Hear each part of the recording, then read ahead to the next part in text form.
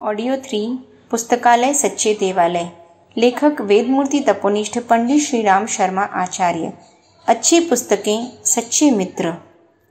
सत् साहित्य का अध्ययन जीवन उत्कर्ष के लिए उसी प्रकार आवश्यक है जिस प्रकार की जीवन रक्षा और शरीर निर्वाह के लिए भोजन।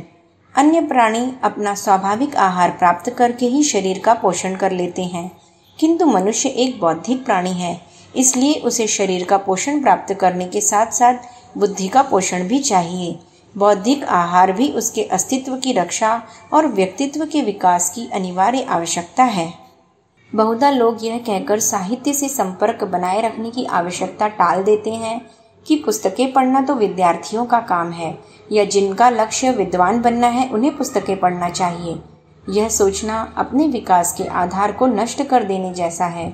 स्कूलों से पढ़कर आवश्यक बातें सीखी और ज़रूरी जानकारियाँ प्राप्त की जाती हैं, किंतु स्कूल कॉलेज छोड़ देने के बाद पुस्तकों से संबंध तोड़ देना वैसा ही है जैसे बचपन में खाने पीने के बाद जवान हो जाने पर भोजन लेना ही बंद कर देना।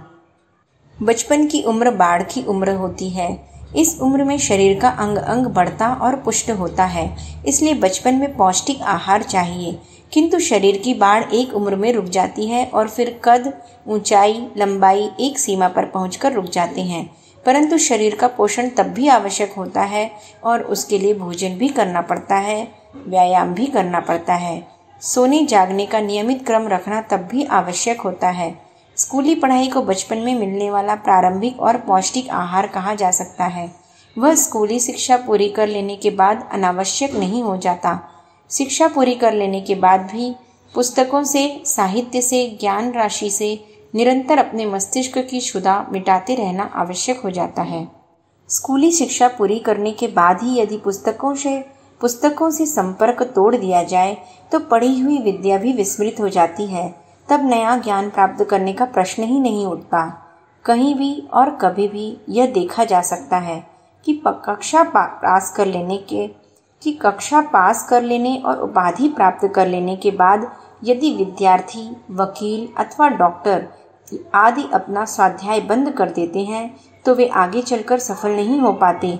संसार की विचारधारा को मोड़ देने वाले लेखक और पत्रकार प्रतिदिन घंटों स्वाध्याय करते हैं, क्योंकि ज्ञान की जन्मभूमि इस संसार में नित्य प्रति नई नई जानकारियों, नए नए विचार, नए तथ्य, नए तर्क और विद्याओं का जन्म होता रहता है। जो व्यक्ति पुस्तकों से, साहित्य से नियमित संपर्क बनाए रहते हैं, उन्हें पता रहता है कि संसार में कहाँ क्या हो रहा है, कौन सी पुरानी मान्यताएं बदल रही हैं, आज की परिस्थितियों में किस स्तर का समाधान व्यावहारिक है, संसार में कौन सी नई प्रतिस्थापनाएं हो रही हैं। उसे यह भी ज्ञान रहता है कि इन बदलती परिस्थितियों में उसका क्या स्थान और क्या कर्तव्य है। एक जागरूक नागरिक की भूमिका निभा पाना तभी संभव है जबकि अपने आसपास होते रहने वाले परिवर्तनों और चारों ओर होने वाली हलचलों का ज्ञान बना रहे। सत् साहित्य अपने आप में एक विकसित मस्तिष्क होता है। अच्छी पुस्तकों को महामानवों के, महान विचारकों के मस्तिष्क का ग्राफ कहा जा सकता है। मिल्टन ने कहा है, अच्छी पुस्तक एक महान आत्मा का जीवन रक्त है, क्योंकि उसमें उनके जीवन का विचार सार सन्निहित होता है। व्यक्ति तो मर जाते हैं, लेकिन ग्रंथों में उनकी आत्मा बसती है, इसलिए ग्रंथों को सजीव महापुरुष भी कहा जाता है। प्रसिद्ध विचारक लिटन ने यह सिद्धांत इन शब्दों में व्यक्त किया है। ग्रंथों में आत्मा होती है, सद्ग्रंथों का कभी नाश नहीं होता। अच्छी पुस्तकों में अच्छे विचार होते हैं।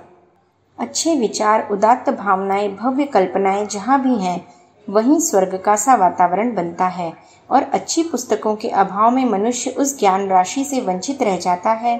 फलस्वरूप मानसिक अस्तित्व निष्प्राण रह जाता है। इसलिए सिसरो ने कहा है, ग्रंथ रहित कमरा आत्मा रहित देह के समान है। जीवन को विकास और प्रगति की दिशा में अग्रसर करने के लिए पुस्तकों का साथ होना आवश्यक है, क्योंकि सद्ग्रंथों के द्वारा जीवन को मार्गदर्शक प्रकाश स्रोत मिलता है। वस्तुतः संसार के भीषण सागर में डूबते उतराते सभी मनुष्यों के लिए पुस्तकें उस प्रकाश स्तंभ की तरह सहायक होती हैं जैसे समुद्र में चलने वाले जहाजों को मार्ग दिखाने वाले प्रकाश ग्रह। महात्मा गांधी ने कहा है, अच्छी पुस्तकें पास में होने पर हमें भले मित्रों की कमी नहीं खटकती, वरन मैं जितना अध्ययन करता हूँ उतना ही अच्छी पुस्तकें मुझे उपयोगी मित्रों की तरह मालूम होती हैं। मनुष्य का ज्ञान, संसार की ज्ञान राशि असंख्य अनेकताओं से भरी पड़ी है। मनुष्य का अपना स्वयं का मस्तिष्क ही इतने अधिक विचारों से भरा रहता है कि क्षण क्षण नए विचारों की लहर उत्पन्न होती रहती है। इन अनेकताओं का परिणाम होता है अंतर और बाह्य जीवन में अनेकों संघर्ष। विचार संग्राम में पुस्तकें मनुष्य के लिए प्रभावशील शस्त्र सिद्ध होती है। एक व्यक्ति का ज्ञान सीमित और एकांगी हो सकता है, लेकिन सद्ग्रंथों का अध्ययन अपनी समस्याओं, अंतर्द्वंद्वों और परिस्थितियों का स्वयं समाधान खोज सकता है। विशेषतः विचार संघर्ष में पुस्तकें ही सहायक सिद्ध हो सकती हैं। सद्ग्रंथों का अध्ययन मनुष्य के विचार लोक में गति प्रदान कर सकता है। मनुष्य उस समय दृश्य जगत, शरीर और यहाँ के कई व्यापार भी भूल जाता है। विचार जगत में प्रवेश और निवास का यह आनंद योगियों की समाधि अवस्था के आनंद जैसा ही होता है। इस स्थिति में मनुष्य दृश्य जगत से उठकर अदृश्य संसार में, सूक्ष्म लोक में विचरण करने लगता है और वहाँ कई विचारों का स्पर्श प्राप्त करता है। यह ठीक उसी तरह है जैसे योगी दिव्य चेतना का सानिध्य प्राप्त करता है। एकाग्र चित्त से पुस्तकों का अध्ययन ऐसी ही साधना है जिससे हमारे जीवन में पर्याप्त विकास प्राप्त किया जा सकता है। प्रत्येक विचारशील और ज्ञान प्रेमी व्यक्ति को चाहिए कि वह जीवन में अन्य सामग्री की तरह अच्छी पुस्तकों का संग्रह भी करे। जीवन के विभिन्न अंगों पर प्रकाश डालने वाले विविध विषयों की अच्छी पुस्तकें खरीदने के लिए बजट में सुविधानुसार आवश्यक राशि रखनी चाहिए। कपड़े, भोजन और मकान की तरह ही हमें पुस्तकों के लिए भी आवश्यक खर्चों की तरह ध्यान रखना चाहिए।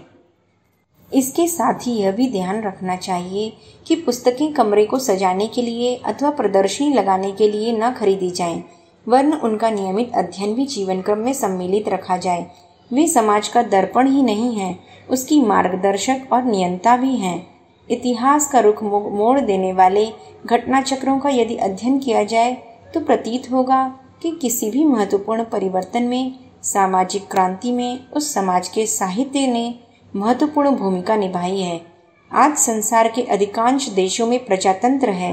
किसी जमाने में सारा संसार राजतंत्रात्मक शासन प्रणाली से संचालित था। प्लेटो ने एक पुस्तक का सृजन किया, रिपब्लिक, जिसमें कि प्रजातंत्र शासन पद्धति का प्रतिपादन किया गया था। उस पुस्तक से उद्धृत प्रजातंत्र की विचारधारा ने सारे संसार को आच्छादित कर दिया। कार्ल मार्क्स की कैपिटल ने श्रमजीवी समानतावादी विचारों का एक समग्र जीवन दर्शन ही प्रतिपादित किया और वह पुस्तक आज भी साम्यवादियों की प्रेरणा है। भारतीय स्वतंत्रता संग्राम में गीता, आनंद मठ और रामायण जैसे ग्रंथों ने किस प्रकार क्रांतिकारियों को प्रेरित किया और उन्हें दिशा दी, इसका उदाहरण अभी पुराना नहीं है। साहित्य का जीवन में महत्वपूर्ण स्थान है और वह व्यक्ति तथा समाज के जीवन को अनिवार्य रूप से प्रभावित करता है। उसका अध्ययन दूसरे नियमित कार्यक्रमों की तरह ही दिनचर्या का अनिवार्य अंग बनाया जाना चाहिए। पुस्तकों को मात्र संग्रहित कर लेने से ही उनका लाभ नहीं मिल जाता है। उनका लाभ मिलता है उनसे संपर्क स्थापित करने और अध्ययन का क्रम नियमित बनाने पर। यह भी एक ध्यान देने योग्य तथ्य है कि पुस्तकों का चयन करने में बड़ी सूझबूझ और सतर्कता बरती जाए, कारण कि विचार एक शक्ति है। उस शक्ति के सत्परिणाम जीवन को ऊंचा उठा सकते हैं तो उनकी विषाक्तता मनुष्य को पतन के गर्त में भी धकेल सकती है। अच्छे विचारों का उत्कृष्ट परिणाम ही श्रेष्ठ हो सकता है और विचार शक्ति का जागरण साहित्य से होता है। साहित्य में ही वह शक्ति है जो व्यक्ति की जीवन दिशा को बदलकर समाज की रूपरेखा भी बदल डालती है। इसलिए विचारक मनीषियों ने कहा कि किसी भी समाज की शक्ति और योग्यता की परख उसके साहित्य से ही होती है। विचारकों को ऊंचा उठाने वाला साहित्य ही अपने पास रखा जाए और उसी से संपर्क संबंध स्थापित किया जाए तो आत्मोन्नति का प्रथम प्रयास सफल ही समझना चाहिए। और उसी से संपर्क संबंध स्थापित किया जाए तो आत्मोन्नति का प्रथम प्रयास सफल ही समझना चाहिए। अच्छे साहित्य की आवश्यकता, जीवन निर्माण की प्रेरणा और प्रकाश की भूख तभी बुझाई जा सकती है जब हम भावनाओं को ऊंचा उठाने वाले साहित्य से नियमित संपर्क बनाए रखें। इसके लिए स्कूली किताबें, नाटक, भजन या धर्म की लकीर पीटने वाली पुस्तकें ही पर्याप्त नहीं होती। उसके लिए ऐसे साहित्य की आवश्यकता होती है जो तथ्यपरक और सन्मार्ग प्रेरक हों। साहित्य में उस सारे वाक्य को ले सकते हैं जिससे अर्थबोध के साथ भावनाओं का परिष्कार भी होता है और प्रत्येक तथ्य की समीक्षात्मक व्याख्या भी होती है। पढ़ना और उसे समझना, समझकर उसके सत्यासत्य पर विचार करना तथा जीवन निर्माणकारी आदर्शों का व्यवहार में अनुकरण करना आरंभ हो सके तो समझना चाहिए कि हम साहित्य की आवश्यकता को अनुभव करने लगे हैं। रामायण पढ़ने का लाभ जब है जब हम भी राम, भरत या लक्ष्मण के सदृश बनने का प्रयत्न करें। और रामायण का महत्व इसलिए है कि उससे आंतरिक मलिनताओं को मिटाने तथा सदाचार का वर्ण करने की प्रेरणा मिलती है। सत साहित्य से इस तरह का तालमेल बिठाया जा सके तो विचार दृष्टि से शक्तिशाली बनने में कोई कठिनाई नहीं रहेगी।